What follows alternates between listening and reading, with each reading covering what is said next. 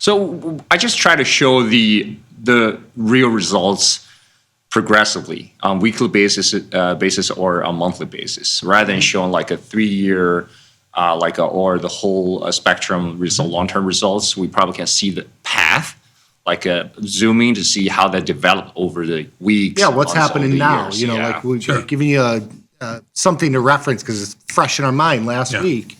How did we do? So you definitely will see more kind of losing trades, losing days in between, because we definitely will have some, and that's is actually what happened in the past 3 weeks. The market has been relatively flat or violently unchanged on weekly basis, but internally is actually pretty volatile, right? So these are because we have a holiday Monday last week, so this is actually the 2-week summary. In the past 2 weeks, the SPX didn't change that much, only down like 0.3%, 0.33%. But internally, we still see some volatile moves, especially the February 12th. That was Thursday, the week before. We saw like more than 2.1% reversal. That actually happened early in the morning. So this is kind of one of the biggest days. Yeah, so that day was actually the largest pullback since last November. So it's pretty big.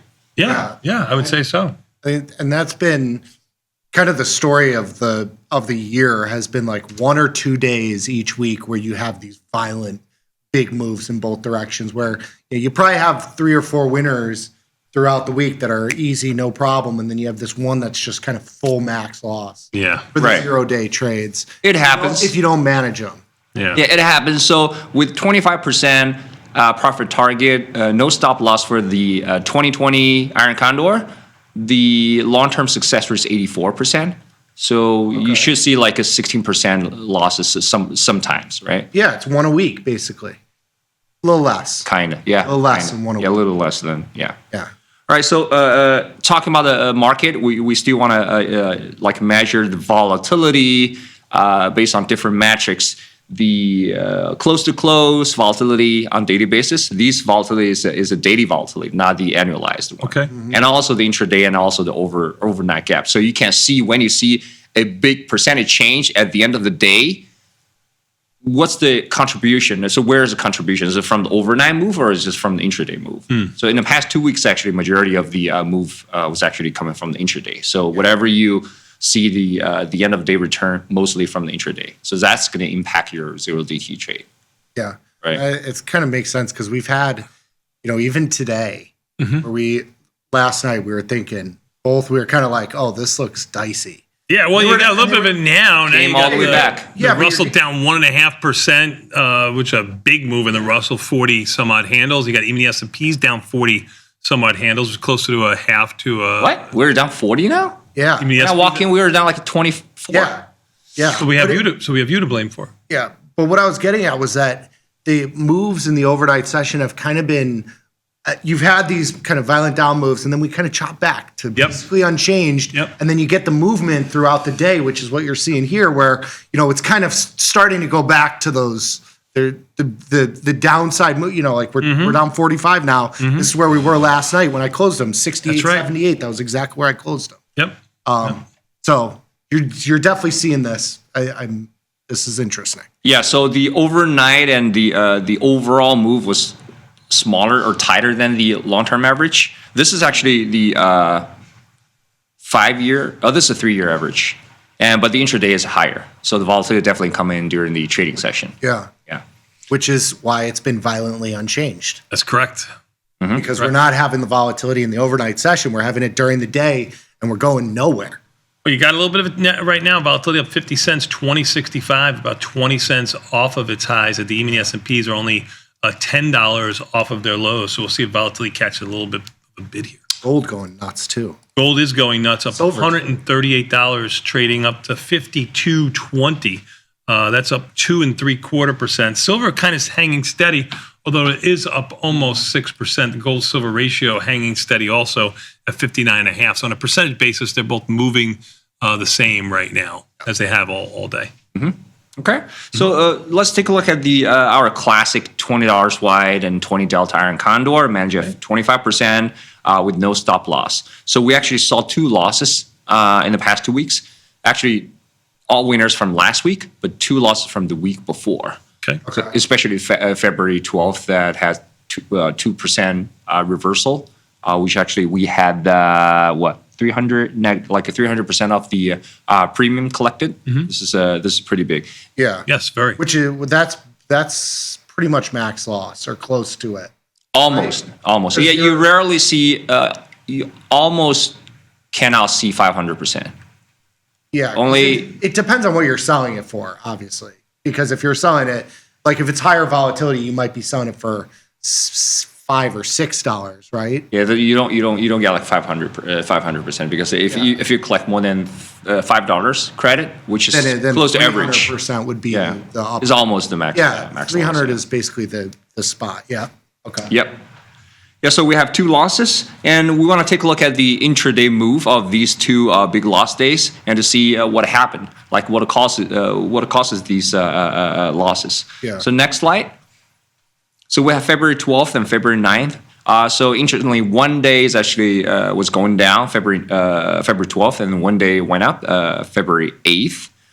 Both days, those one-sided move actually happened really early, Yeah. early session. You can see those straight lines starting right at the beginning of the trading session and never came back, especially February 12th. Yeah. They didn't even come back at all. Yeah. So I actually put more stats about the time the SPX stay above or below the short call and short put strikes. You can see both of these days, more than 80 or 87% of time, the SPX stay beyond those short strikes. So making the profit taking very difficult. You almost didn't have a chance to manage it. If it happens like after 10, these strong moves, you probably already take 25% or even larger percentage profit, right? But if Yeah, happens early in that's the a good morning, point. like today, Yeah, like today. it's a gonna big move. Yeah, it's gonna be tough. Maybe there's a look that we can do here with managing these. Like if you get that huge move where you're fully in the money within the first hour or so, is it better to close that trade at, whatever the loss is versus 9:30. Yeah. Might be an interesting look there of like incorporating, okay, if it's a huge move in one direction, do you just eat the loss and move on? Does that increase your P&L overall on these trades? Okay. Interesting look. Okay. So that actually brings in the Jacob's point. Some of the studies show if you enter a trade after 9, you probably get better results. Yeah. It makes sense in certain scenarios, right? Especially when you have kind of very important macroeconomic news announced before 9. Sure. That definitely can move the market. Yeah, and we've done the research that does move the market. So maybe it's the prudent thing to do to wait to see where markets kind of settle in. I mean, you had, we talked about it a little bit this morning. I thought the market was going to be more like where it is now on the opening, and we opened so much higher. You had an opportunity. He had already sold futures to get short, which is a lot more dynamic delta than doing the 0-day iron condor. And I was saying maybe we should skew it to the downside, so I'll crawl spread a little bit. Yeah, I heard it. Take advantage of that. You know what I mean? Heard it, yeah. Probably we can filter through the the days with the macroeconomic news or without it.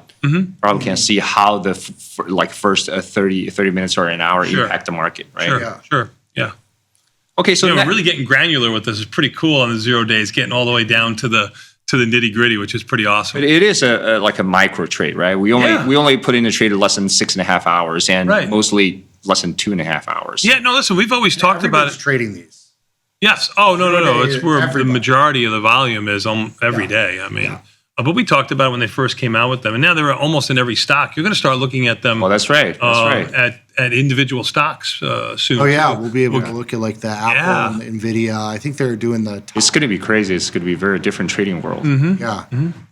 Yeah. A lot of job security for you. Yes. Yeah. More work too. More work. More segments. Keep going. Okay, next one. So this one is talking about the side testing. This is not only those 2 days, but the past 2 weeks. So past 2 weeks, we see both sides. The SPX spend more time outside the short strikes than the long-term average. Long-term is slightly more on the upside. It's like 11-12%. Downside is close to 10%. It's very close. But last week we spent like almost 20%, 11% outside the call and put spread. So definitely much more volatile toward the both sides. But mostly, we had actually more up days in the past 2 weeks, but had like 1 or 2 big days to the downside. Which is still outside the original probabilities when you put this trade on. It is. So if you're selling the 20 delta on either side, you would expect it to be outside either of those 20% of the time, and it's only 19% Right. bad week. With the long term at 11%, it tells you that the 0-day volatility in general has still been overstated, regardless of which day. When you take the whole basket together, it's worked. The trade has worked. Exactly. So that is why over the long term we still see these trades are profitable, right? Yeah. Or we're not even going to talk about it. Yeah. Without these edge. So next one we're talking about duration efficiency. So duration efficiency, I want to evaluate rather than the average P&L for each trade. I want to take a look at the average P&L for each hour. Look at average hourly P&L, because this is a very interesting evaluation, just like a daily P&L for 45 days, right? So when you have extremely higher daily P&L in the first 5 or 10 trading days, you take it off. I think that's actually a good strategy.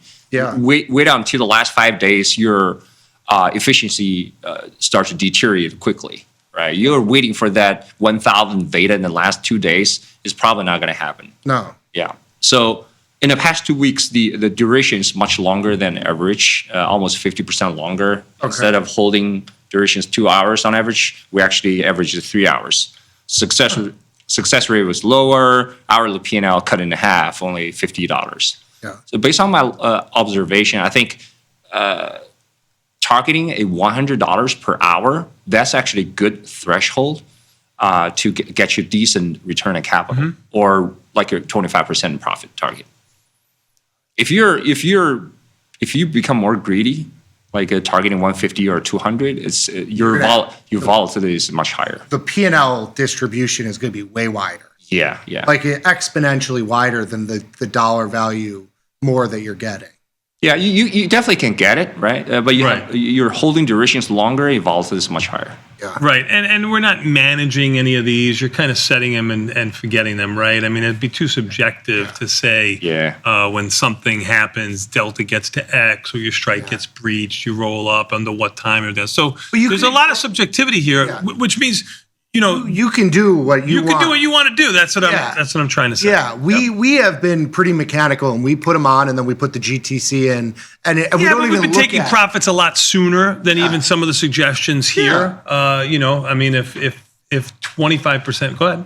I don't think these are suggestions, but it's great to see a provided benchmark. Yeah, exactly. So you can take a look at, you want to be greedier on a greedier side, you want to be more conservative side, you can adjust those ingredients, right? Yeah. Great point. Yep. Really good. Yep. So last 2 slides, we're going to compare to the put spreads versus the iron condor. I used the same short delta, 20 delta, and I tested 2 different width, $20 wide and $30 wide. Because for put spread, you don't have the call premium coming from call spread, making it a little bit wider, makes sense for a lot of bullish traders. You can see the success rate is slightly higher. So instead of have 2 losing trades, for the put spread, we only have 1, February 12th. So we didn't have the upside challenge. Yeah. Right. But unfortunately, the P&L was worse, mainly because of that February 12th large move. You didn't have that extra buffer on the call side, so you lose more. And if you use wider wings, you're going to lose even more. Yeah. These are kind of the considerations for the downside move days. Yeah, because you're losing, let's call it $2 from the call side that you would typically sell with the iron condor versus the put. Right. Exactly. Yeah. And so the very last slide, I pushed the profit target to 50% because a lot of traders, especially for put traders, they wait longer because they think if the market goes up, they normally don't reverse all the way back. And also because of the lower premium, you want a profit target a little bit higher. So I tested 50%, 75%, and 100%, which is you don't manage it at all. Yeah. Last 2 weeks, you didn't have positive P&L, mainly because of that big 1-day drawback. Yeah. Even though the P&L improved a little bit with a higher profit target, but that doesn't change the overall return. Yeah. So either iron condor or per spread, I don't think it matters that much. You got to hurt it during certain weeks, but over long term, the math should work out. Yeah. I think it's a good point to make that these trades, you're going to see those one or two every once in a while that are going to be full losses. And so when you're putting these, That's not how I want it to go. of course not, but this isn't something that you should expect to be like a free money glitch. It's you have big risk, and a lot of those they don't come back, and so you got to be able to take the one or two losses in a batch of 30 trades, Sure. and be able to withstand that. That's the long haul that you're The long talking about, haul. right? Yeah, I I'm saying you can't just take $2,000 and do this every day and expect this to just be like $100 paycheck every day. You're going to lose that income $2,000. trade. Yeah, no income trade. You're going to lose that $2,000 at one point and have to battle it back. Yes. Some traders argue, why we cannot managing losses to the downside. I tested 20 different combinations with 25% to 100% profit target, and 100% to all the way to 500% stop losses. Yes, in the last 2 weeks, if you use a stop loss, the results can be positive in certain scenarios. Yeah. But over the long term, you cannot always handpick. Right. And it's going to be cherry picking because Subject to change. Yeah, Exactly. sometimes you're going to say, "Oh, this is a silly sell off. It's going to bounce right back." We're going to be it's so hard to kind of. So whatever the strategy I show you here with the no stop losses management, it works better over the long term for iron condor and tie spreads. Awesome.